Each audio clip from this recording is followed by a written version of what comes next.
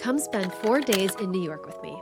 I recently went to Manhattan because I had the pleasure of co-authoring a book called Resilient A.F, which shares stories of resilience from around the world. Because of the work I do in the grief space with coaching and the Life with Grief podcast, both stemming from the deaths of my parents, I had the honor of being featured in this book and went to the book launch in New York, mostly to see our faces on a billboard in Times Square, which was absolutely amazing. More to come on that in day 2, but here is a glimpse of the first day, which started with a trip to the Met. Fun fact, I am actually from the East Coast. I was born in New Jersey, lived there for a little bit, and then moved to Pennsylvania and then to California when I was 10. So I have been to other museums throughout New York. I've been to New York several times throughout my life, but never made it to the Met. But I had always wanted to go, so I was so happy I was able to enjoy that this time. I spent hours wandering around, seeing some of my favorite paintings from my favorite artists, and it was just such a relaxing way to spend an afternoon after munching on a classic New York bagel, which I was itching to get, and drinking my coffee.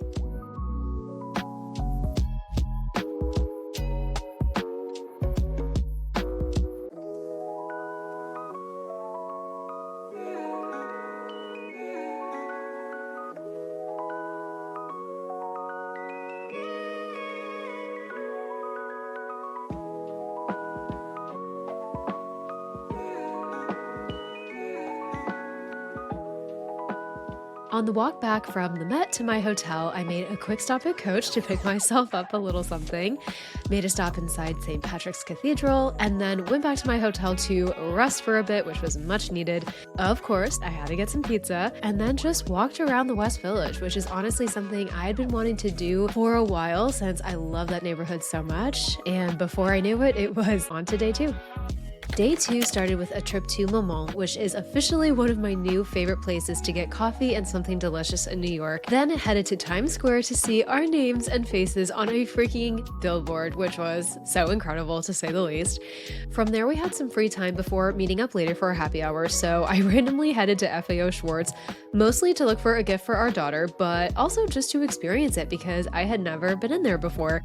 Then, because my feet were hurting from the 30,000 plus steps I did the day before, I headed to the subway to check out the High Line, which I had multiple people suggest, and honestly, I'm so glad I did it. It was such a cool place to walk with such awesome architecture and views. It was a little crowded here and there, but genuinely just a very fun way to experience New York. And because I was already heading in that direction and was almost there, I then made the very last minute decision to go to the Whitney Museum, another one I had never been to. I will be so honest with you, this one did not speak to me quite like the Met did, but I think it's just one of those that you really have to like and appreciate what exhibits they have going on at any given moment to really get something out of it. But the views were great, and I'm still glad I did it and experienced it.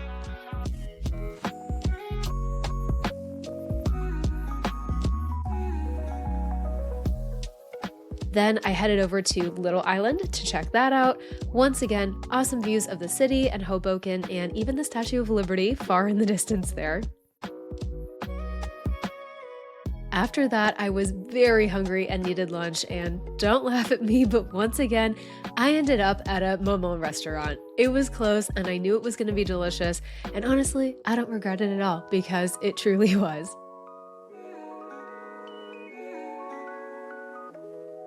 On the way back to the subway, I stopped at a Soapology where I did a hand wash, which was so good. Definitely bought a candle from there. It smells incredible. Then headed back to my hotel to change and freshen up.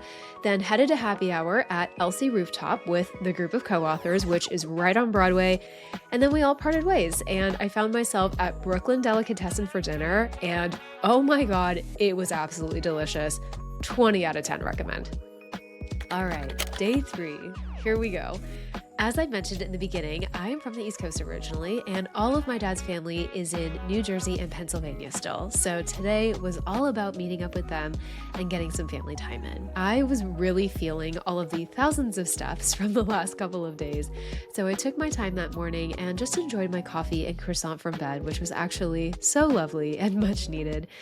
Then once I was done, headed over to the Washington Square Park area because we were meeting for lunch at Chez Nous in the Marlin Michelin hotel for lunch. I enjoyed a cappuccino, avocado toast, and fries. It was absolutely delicious, and I just loved the whole vibe of this place.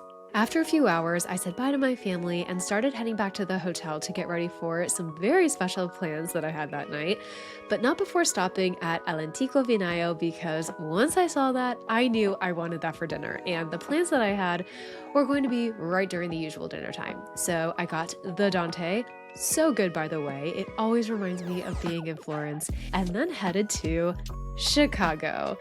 I cannot tell you how long I had wanted to see Chicago. Literally for years now. It is one of my favorites. Obviously, you can't film during it, but I wish I could have so I could show you more and how amazing it was. But take my word for it, it is worth seeing.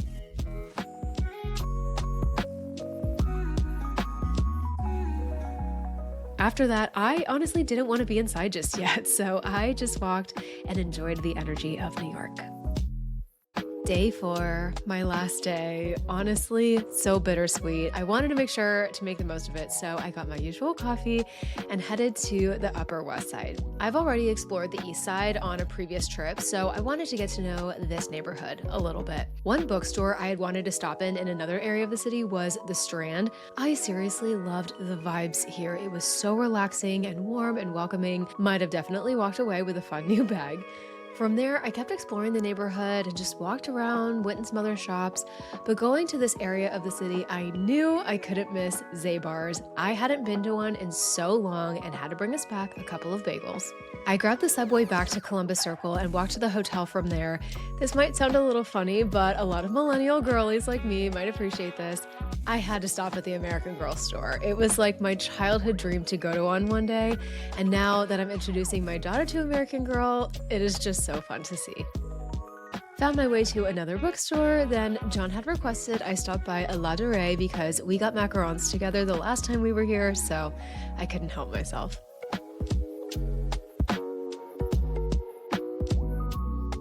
Took my time getting back to the hotel, but before long, it was officially time to head back and head to the airport.